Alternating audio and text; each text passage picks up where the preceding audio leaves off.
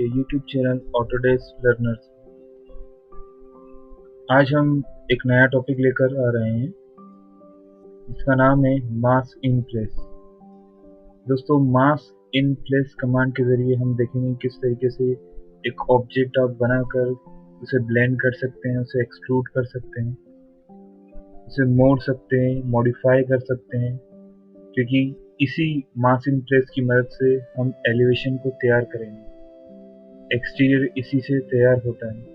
सो आज हम इसे समझेंगे किस तरीके से, जिससे हम ऑटोकैड में ब्लेंड करते हैं, एक्सट्रूड करते हैं, फ्लिप रोटेट वगैरह करने की कमांड होती है, वही रेविट में आपको किस तरीके से प्रोसेस में लेकर आना है, आज हम यहाँ पर सीखेंगे। सो अब हम स्टार्ट करते हैं। देखिए दोस्तों, जैसे आप रेविट स्टार्ट करते हैं, यहाँ होम में आपको आप कंपोनेंट पार्ट देखेंगे।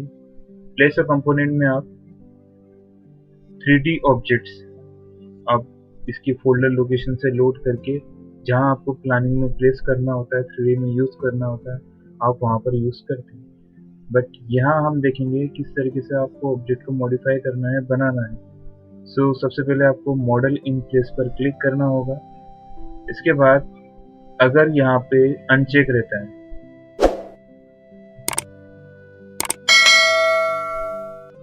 अगर यहाँ पे अनचेक रहता है जिसे लिखा हुआ show categories from all discipline, तो यहाँ पर आपको चेक करना है, या जैसे ही एयर टर्मिनल्स आ जाता है आपको ओके कर देना है। जैसे आप ओके करेंगे, यहाँ एक सेट इसी नाम से सेव करने के लिए बोलेगा, आपको ओके पर क्लिक कर देना है। जैसे ही आप ओके पर क्लिक करेंगे, आप प्लेस अ कंपोनेंट, ठीक है, इन प्लेस मास की एक विंडो में आ जाएंगे, पर्टिकुलर उसी की window in place mass,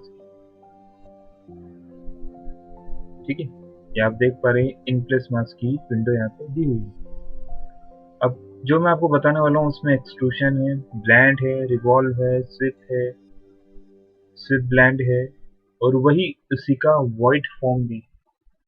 void form that means खोखला, ठीक है, जो कि सॉलिड नहीं होता है, it's compacted by air. Okay, so इसे स्टार्ट करने के लिए सबसे पहले मैं एक्सट्रूशन लेता हूँ।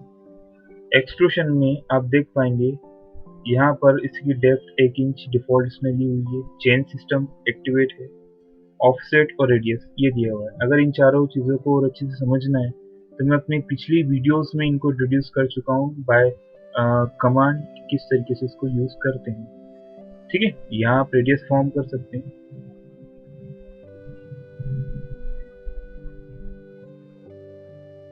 अभी आप यहाँ देख पाएंगे, यहाँ आप चाहें तो लाइन से बना सकते हैं, रेक्टेंगल, सर्कुलर, जैसा शेप देना चाहें वैसा शेप आप बना सकते हैं। सो मैं यहाँ से रेक्टेंगुलर शेप लेता हूँ। रेक्टेंगुलर शेप मैंने रेक्टेंगल ले लिया। आप जस्ट सपोज मुझे डेप्थ यहाँ पर 1 फीट रखना है, सो मैं यहाँ से 1 फीट डेप्थ ले लूँगा। देन मैं यहाँ से कोई भी एक रेक्टेंगल बना दूंगा। ये मैंने रेक्टेंगल बना दिया। रेक्टेंगल बना लेने के बाद आप देख पाएंगे यहाँ एक्सट्रूशन एंड 1 फीट जो कि मैंने चेंज किया था वो दिया हुआ है, और मैं इसको यहाँ से फिनिश कर देता हूँ। आप देख पाएंगे ये यहाँ से फिनिश हो चुका है। मैं अब 3D व्यू में आकर इसे देखूंगा तो आप यहाँ देख पाएंगे 1 फीट हाइट की प्लेट यहाँ पे क्रिएट हो चुकी है, ठीक है। तो मैं यहाँ से इसे रियलिस्टिक व्यू कर देता हूँ। रियलिस्टिक व्यू में आप देख पाएंगे यहाँ एक प्लेटफॉर्म हो चुका है, ठीक है, सॉलिड फॉर्म हो चुका है, एक मास बन चुका है, ठीक है। अब अगर आप इसमें मटेरियल देना चाहते हैं, इसको एडिट करना चाहते हैं, क्या क्या आता है, जैसे मैंने इस पर क्लिक करा, ठीक है। सबसे पहले मैं आपको बता देता हूँ यहाँ हाइट का जो आप हाइट एक्सटेंड कर सकते हैं। जैसे सपोज मैं यहाँ से 1 से 10 फीट कर देता हूँ। जैसे मैंने 10 फीट करा, 10 फीट हाइट इसकी एक्सटेंड हो गई, ठीक है। अगर आप चाहते हैं यहाँ से इसकी विजिबिलिटी ग्राफिक या फिर विजिबिलिटी ग्राफिक्स में इसके खुद के ग्राफिक्स हैं, लाइक प्लान आ गया है, front and back left right views आ गए हैं, ठीक है, मीडियम फाइन कोर्स लेवल्स आ गए हैं। मैं इसे फिनिश कर देता हूँ। इसमें आपको नहीं आना, आपको मटेरियल्स में आना है। अगर आप मटेरियल देना चाहते हैं तो किस तरीके से आपको मटेरियल देना है ये मैं अपनी पिछली वीडियोस में भी बता चुका हूँ। यहाँ मैं इसके लिए बता देता हूँ कि कैसे आपको मटेरियल यहाँ पर देना है। मटेरियल का भी आपको डुप्लीकेट यहाँ पर लेना है, जिस तरीके से आप प्रॉपर्टी में आके डुप्लीकेट लेते हैं। अदरवाइज सेम मटेरियल सभी पे अप्लाई हो जाएगा। मुझे यहाँ रिप्लेस पर आना है, और जस्ट सपोज आप कोई स्टोन मटेरियल यहाँ पर देना चाहते हैं, सो मैं ऐसे स्टोन लेता हूँ, ये स्टोन टाइप ले लिया और यहाँ इसे अप्लाई करता हूँ, देन ओके, और बाहर में क्लिक करता हूँ तो आप देख पाएंगे वो मटेरियल यहाँ पे अप्लाई हो चुका है। ठीक है, मुझे यहाँ बताना था किस तरीके से आपको मटेरियल यहाँ पर देना है। ठीक, अब यहाँ देखिएगा, यहाँ और क्या क्या चीजें आती है, आप देख पा रहे हो यहाँ पर एरो से आप इसे ऊपर नीचे कर सकते हो, इसे फ्रंट बैक में एडिट कर सकते हो, कितना आपको डेप्थ देना है और कितना हाइट देना है, या हाइट भी कम ज़्यादा हो जाएगी। लेफ्ट राइट से भी आप इसे ड्रैग कर सकते हैं, यहाँ पर फैसिलिटी दी हुई है। दूसरा आ रहा है एडिट बाउंड्री। जब आप एडिट बाउंड्री में आते हैं, इसे एडिट करते हैं, यही चीज़ हमने फ्लोरिंग में भी देखी है, रूफिंग में भी देखी, किस तरीके से आप सरफेस को एडिट करते हैं।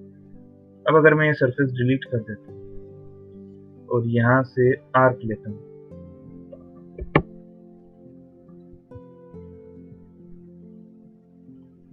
तो इस तरीके का शेप मैंने यहाँ पर बना दिया। अब अगर मैं यहाँ से फिनिश करता हूँ तो यही शेप जो है सॉलिड में फॉर्म हो जाएगा। ठीक है, तो इस तरीके से आप जो है यहाँ पर एक्सट्रूशन यानी एक्सट्रूड वाला ऑब्जेक्ट आप दे सकते हैं।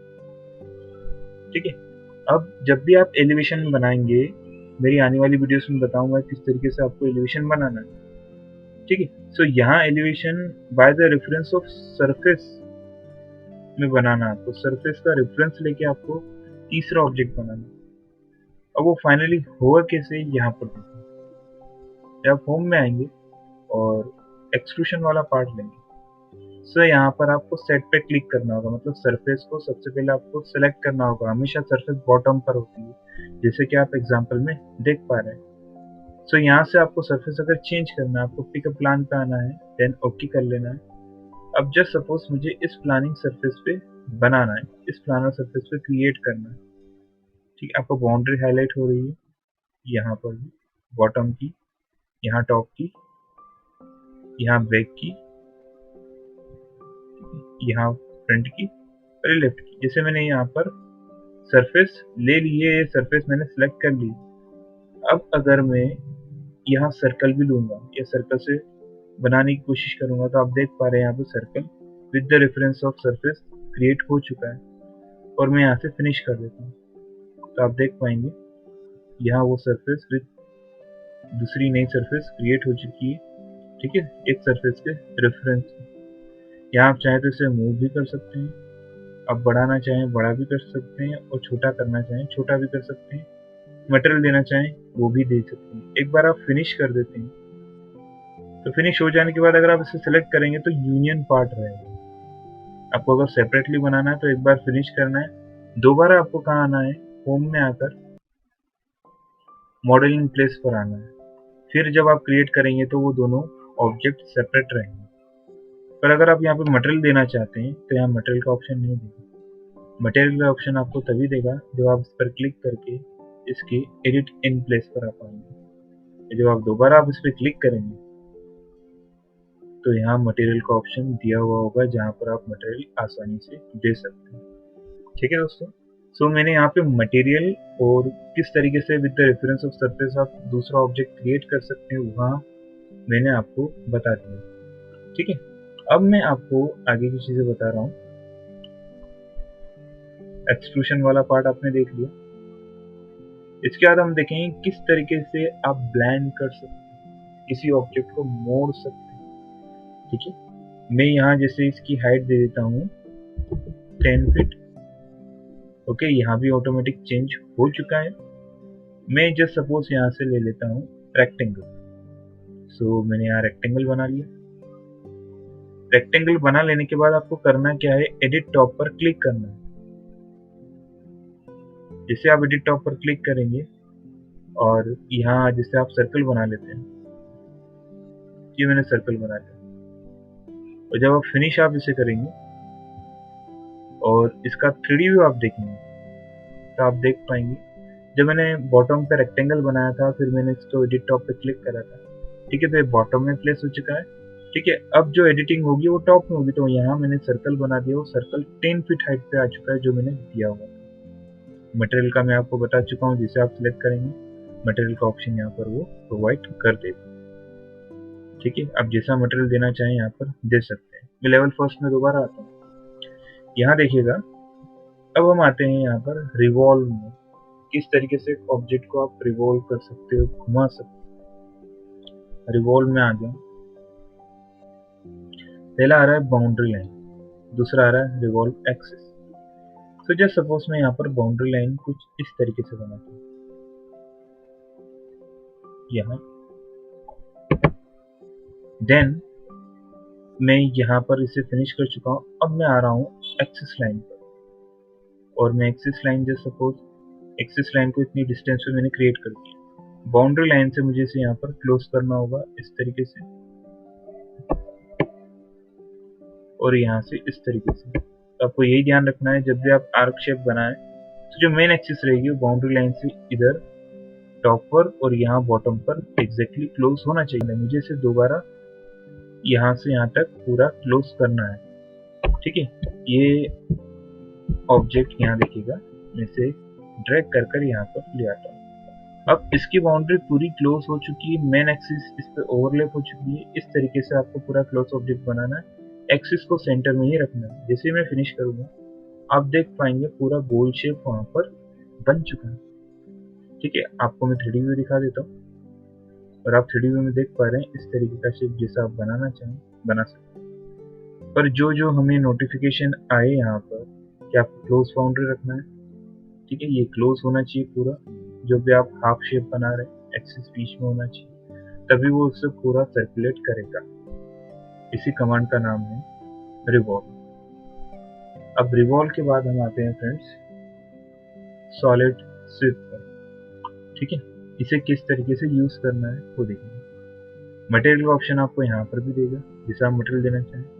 एंगल जैसा दिया है 360, अगर मैं एंगल यहाँ कम करता हूँ 270 अप्लाई करता हूँ, तो आप देख पाएंगे जब आप 3D व्यू में आए ये 270 का एंगल केवल इसने दिया है, 270 का एंगल कट कर दिया, बाकी 90 का रिमेनिंग रखा। ठीक है, सो आप एंगल में भी वेरिएशंस कर सकते हैं। ठीक है, अब हम आगे बढ़ते हैं। यहाँ मैं आता हूँ स्विप कमांड, किस तरीके से आपको स्विप का यूज करना है। ठीक है, सो स्विप के लिए आपको यहाँ पर दो चीजों पर ध्यान देना होगा, एक स्केच पाथ और दूसरा पिक पाथ। सबसे पहले हमको पाथ को बनाना है, सो उसे स्केच करना होगा, बनाना होगा। इसके लिए मैं यहाँ पर स्प्लाइन का यूज करूंगा।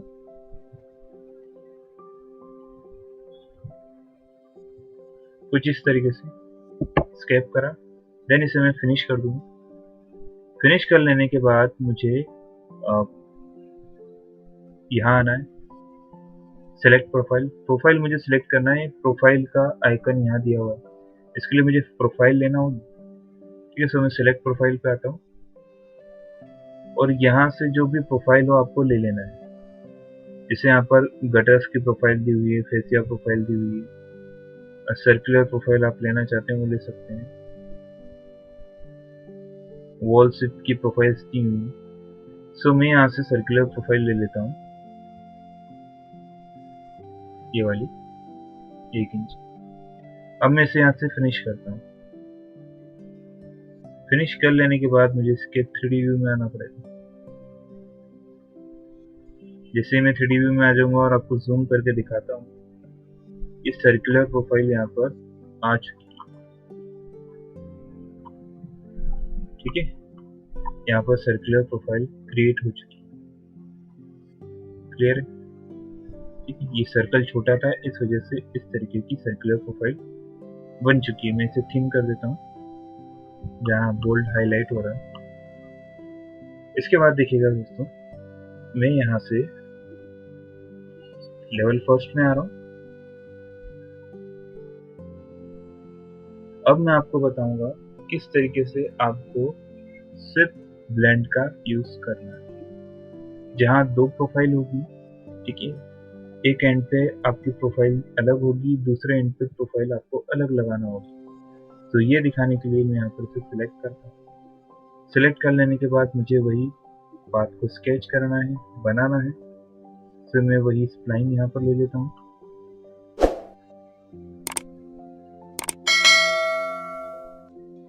ये स्केप कर लेना है। 2 प्रोफाइल आप देख पा रहे हैं।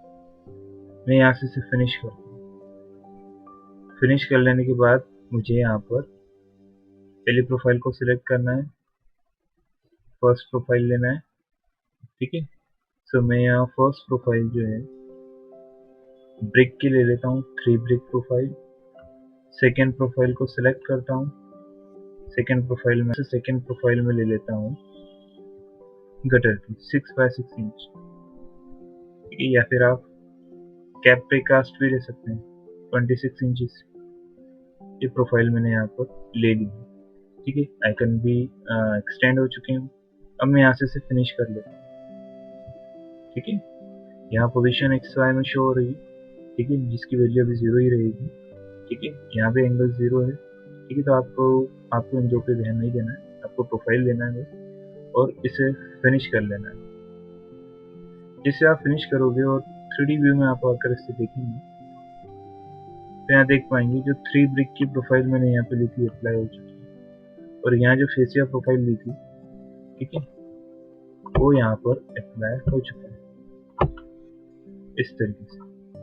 सो यहाँ फेसिया क्या होता है और 3 ब्रिक प्रोफाइल क्या होती है, ये मैं अपनी पिछली वीडियो में बता चुका हूँ, वहां से आप देख सकते हैं, ठीक है, वॉल वाले पार्ट। अब हम आगे चलते हैं। ये तो था सॉलिड फॉर्म का, किस तरीके से आप सॉलिड फॉर्म करते हैं बनाकर। अब मैं आपको बताऊंगा किस तरीके से आप वॉइड फॉर्म क्रिएट करते हैं। वॉइड फॉर्म की भी सेम प्रोसीजर रहेगी बट थोड़ा सा चेंज। इसके लिए आपको वॉइड एक्सट्रूशन में आना है। वॉइड एक्सट्रूशन में आ जाने के बाद जैसे तो उसमें रेक्टेंगल बनाता हूँ, यहाँ मैंने रेक्टेंगल बनाया, ठीक है। और अगर मैं इस रेक्टेंगल को यहाँ से 10 फीट हाइट दे देता हूँ और इसे फिनिश करता हूँ, और अगर मैं आपको इसका 3D व्यू दिखाना चाहूँगा तो ये कुछ इस तरीके से फॉर्म होगा, कुछ इस तरीके से बनेगा।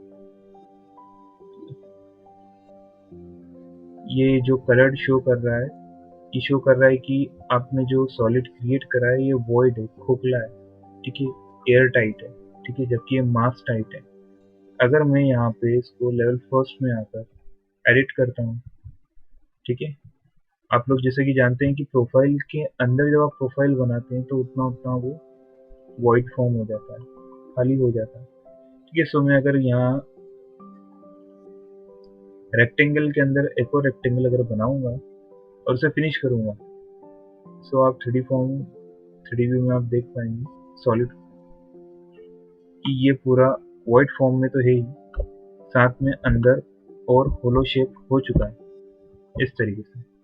अगर आपको स्क्रीन को रोटेट करना है तो शिफ्ट प्लस माउस की स्क्रॉल की जिससे आप पेज को अप एंड डाउन करते हैं, ठीक है, दोनों को प्रेस करना है। सबसे पहले आपको शिफ्ट को प्रेस करना है, फिर स्क्रॉल बटन को, जिससे आप स्क्रीन को आसानी से रोटेट कर पाएंगे। आप यहाँ देख पा रहे हैं वॉइड फॉर्म क्रिएट हो चुका है। मैं यहाँ से लेवल फर्स्ट में दोबारा आता हूँ।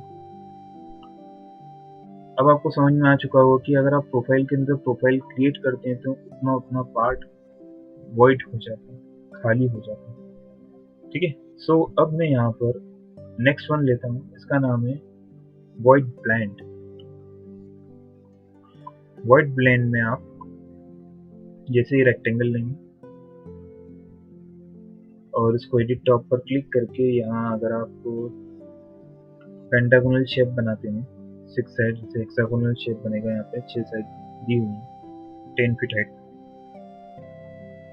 ये मैंने इस तरीके का शेप बना दिया और मैं इसे फिनिश कर, तो आप देख पाएंगे इस तरीके का शेप बन चुका है। क्लियर है? यहाँ मैं इसे फिनिश कर देता हूँ, सॉरी, यहाँ मैं इसे 3D में आपको शो करता हूँ। फिनिश अगर आप कर देंगे तो मास्क से आप बाहर आ जाएंगे, जब आप इन प्लेस मास्क में आप यूज कर रहे हैं इससे आप बाहर आ जाएंगे। ये देखिएगा 3D का शेप बन चुका है। यहाँ आप वॉइड फॉर्म में मटेरियल नहीं दे सकते क्योंकि ये खोखला शेप है, ट्रांसपेरेंट शेप है। ट्रांसपेरेंट होने की वजह से ये ग्लास फॉर्म में तो है ही, बट यहाँ आप मटेरियल इस पर नहीं दे सकते। जहाँ सॉलिड फॉर्म है वहाँ आप मटेरियल आसानी से दे सकते हैं। अब मैं दोबारा यहाँ से लेवल फर्स्ट में आ जाता हूँ। लेवल फर्स्ट के बाद हम दूसरे शेप देख लेते हैं वॉइड फॉर्म में और क्या क्या आ रहा है। यहाँ आ रहा है वॉइड रिवॉल्व। वॉइड रिवॉल्व में हम आ जाते हैं। यहाँ जाने के बाद आपको बाउंड्री बनाना है और जस्ट सपोज मैं वही शेप लेता हूँ बट इस बार सर्कुलर में लेता हूँ इस तरीके से, और इस तरीके से मैंने इसे क्लोज कर दिया। चेन सिस्टम इस वजह से कंटिन्यू है। मैं लाइन ले लेता हूँ, यहाँ से एक्सिस लाइन को ड्रॉ कर देता हूँ इतना, और अब इसे फिनिश कर देता हूँ। 3D व्यू में हम आकर देखते हैं तो आप देख पाएंगे जहाँ मैंने हाफ इलिप्टिकल शेप दिया था वहीं फुल इलिप्टिकल शेप हो चुका है, सर्कुलर शेप में आ चुका है। ठीक है, पूरी तरीके से सर्कुलर शेप नहीं है ये, क्योंकि जैसे आप इसको घुमा कर देखेंगे हल्का सा आपको इसमें डिफॉर्म शेप लगेगा। ठीक है, तो इस तरीके का शेप आप यहाँ पर क्रिएट कर सकते हैं। ठीक है, अब मैं लेवल फर्स्ट में दोबारा आता हूँ। यहाँ हमने अभी देखा कि आपने किस तरीके से वॉइड फॉर्म में वॉइड रिवॉल्व बनाया। अब हम आते हैं वॉइड स्विप, किस तरीके से आपको वॉइड स्विप को यूज करना है। वॉइड स्विप में आ जाने के बाद आपको पहले स्केच यूज करना है, स्केची पाथ लेना है। उसी तरीके से मैं दोबारा स्प्लाइन ले लेता हूँ यहाँ पर। आप देख पाएंगे उस तरीके का पाथ बन चुका है स्प्लाइन का। यहाँ पे प्रोफाइल दी हुई है, प्रोफाइल को मैं सेलेक्ट कर लेता हूँ। यहाँ से आपको प्रोफाइल लेना है, तो सपोज मैं 3 ब्रेक प्रोफाइल ले लेता हूँ और इसे फिनिश कर देता हूँ। तो आप देख पाएंगे प्रोफाइल यहाँ पर आ चुकी है। 3D व्यू में आपको मैं दिखाना चाहूँगा 3 ब्रिक की जो प्रोफाइल है 9 इंच की हाइट की ईट होती है, ब्रिक्स होती है, तो 3 ब्रिक्स की प्रोफाइल यहाँ पे क्रिएट हो चुकी है। मैं लेवल फर्स्ट में दोबारा आता हूँ। जो नेक्स्ट वन बचा हुआ है वॉइड स्विप ब्लेंड, मैं इस पर क्लिक करता हूँ। अब यहाँ देखिएगा मुझे वही स्केची पाथ में आना है। सबसे पहले मुझे स्केच पाथ बनाना है। यहाँ 2 प्रोफाइल आएंगी, यहाँ मैंने स्केप करा। ठीक है, सो यहाँ मैं इसे फिनिश करता हूँ। पहली प्रोफाइल पे मुझे आना है, यहाँ से प्रोफाइल फर्स्ट, और यहाँ से जो सपोज वही 3 ब्रिक्स ले लेता हूँ। सेकेंड प्रोफाइल पे आना मुझे, ये वाली प्रोफाइल है सेकेंड प्रोफाइल पे मुझे आना है, और यहाँ से दूसरा शेप आप अगर लेना चाहते तो ले सकते हैं। जिसे मैं यहाँ से स्लैब एज ठीक ले लेता हूँ इतने का, और जिस 36 इंच बाय 18 इंच का है स्लैब एज, मैं इसे फिनिश कर देता हूँ। आप देख पाएंगे वो शेप क्रिएट हो चुका है, और अगर मैं 3D व्यू में आपको शो करना चाहूँ